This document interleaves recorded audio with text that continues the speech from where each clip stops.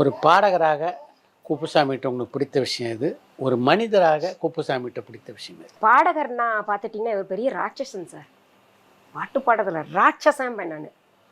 அதாவது நீங்கள் 3 மணி நேரம் தாண்டியும் பாட சொன்னீங்கன்னா எத்தனை நேரம் சொன்னாலும் பாடிக்கிட்டே இருப்பார். பாடி முடிச்சு அந்த கர்ச்சீஃபை துண்டை புழிவார் பாருங்க, அவ்வளோ வேர்வை வரும். அப்படி வேர்வை சிந்தி சிந்தி சிந்தி சிந்தி தான் சம்பாரிச்சார் அவர்.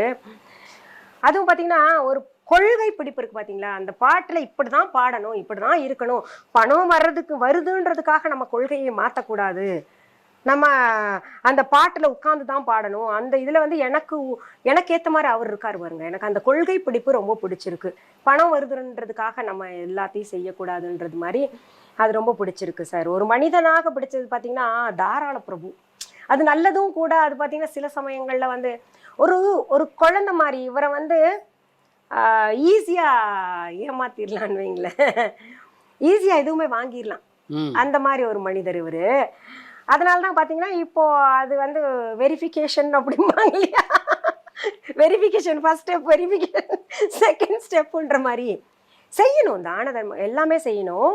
இதில் எனக்கு ரொம்ப பிடிச்சது என்னன்னா, இப்போ யார் மேலேயா கோவம் இருந்தால் கூட அந்த கோவத்தை மனசுலேயே வச்சுக்கிட்டு பழி வாங்குற உணர்ச்சியெல்லாம் கிடையாது.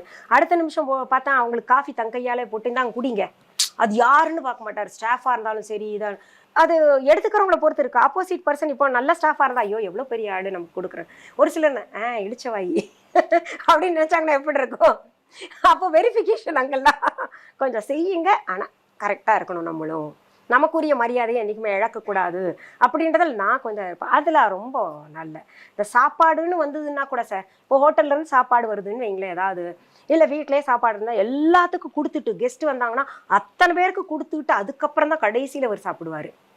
நான் பரிமாறுறேன்னா வேண்டாம் வேண்டாம் நீ உட்காரு அப்படின்னு அத்தனை பேருக்கும் யார் இன்னாரு இல்லை அப்படின்றது பார்க்கறது இல்லை, எல்லாருக்கும் கொடுத்துக்கிட்டு அப்புறம் தான் சாப்பிடுவார். அந்த மாதிரி சாப்பாட்டு விஷயத்தில் ரொம்ப ஒரு நல்ல கொள்கை அவர்கிட்ட இருக்குது.